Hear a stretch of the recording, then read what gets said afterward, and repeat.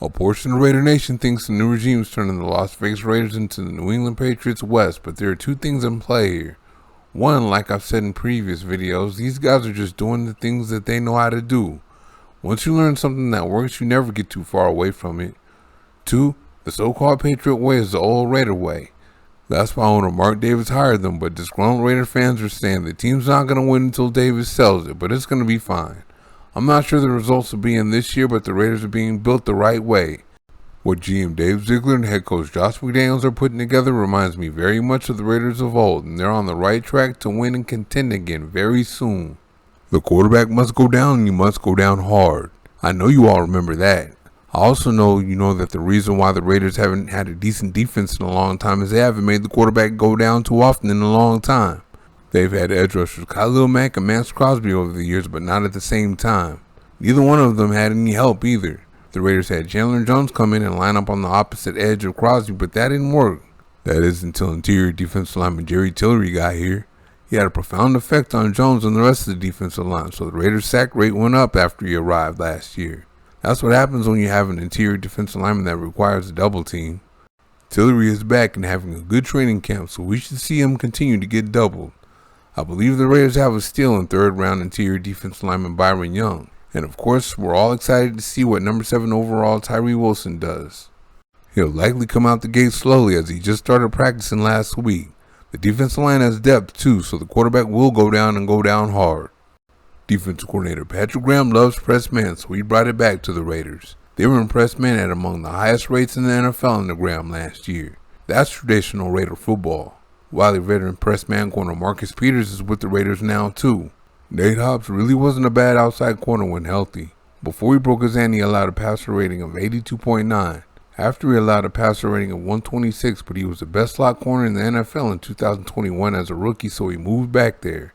The other outside corner will be 2023 4th-round pick Jacorian Bennett. He put up the same or better numbers than a lot of corners drafted in the first 2 rounds. He also had the second fastest 40 time at the combine at 4.30 and the 4th highest vertical leap at 40.5 inches.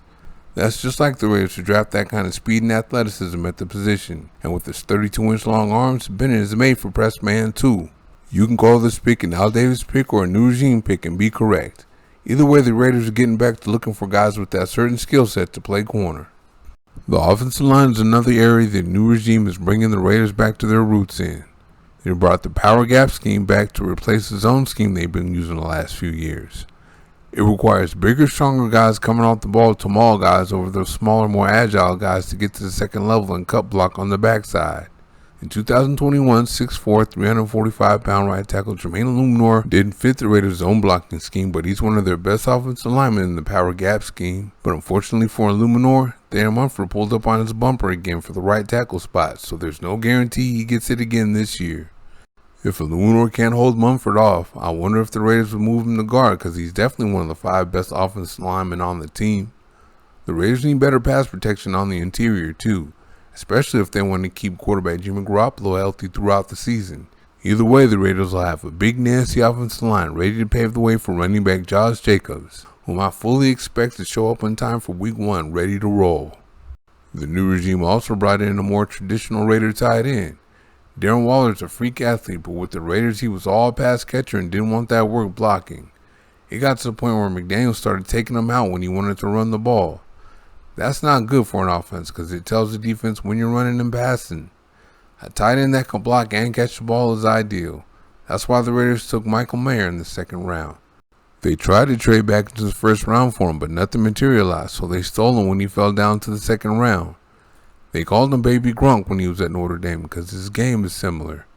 That means his game is similar to Dave Casper, the original number 87. He has Notre Dame in common with Casper too. Also like Casper, Mayer blocks well, runs good routes, has great hands, can go over the middle and finish catches through contact, and bodies guys to make catches. Most importantly, he gives you the toughness you need from the tight end position. That's why McDaniels got rid of Waller and drafted Mayer.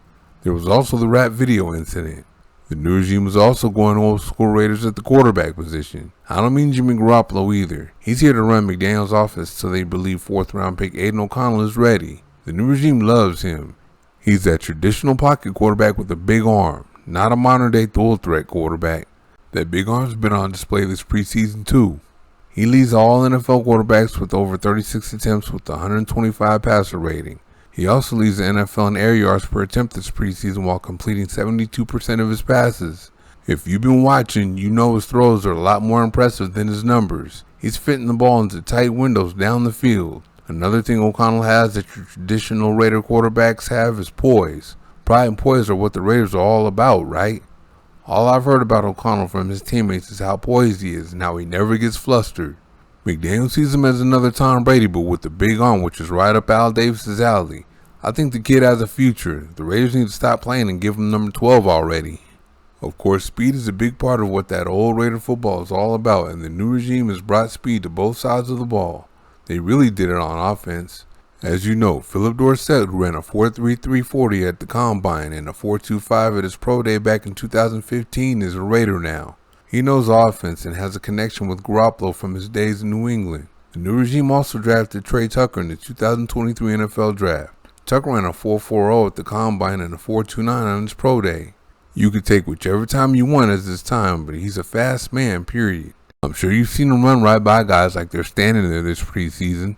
He's a deep threat and a threat to take one back in the return game with all that speed.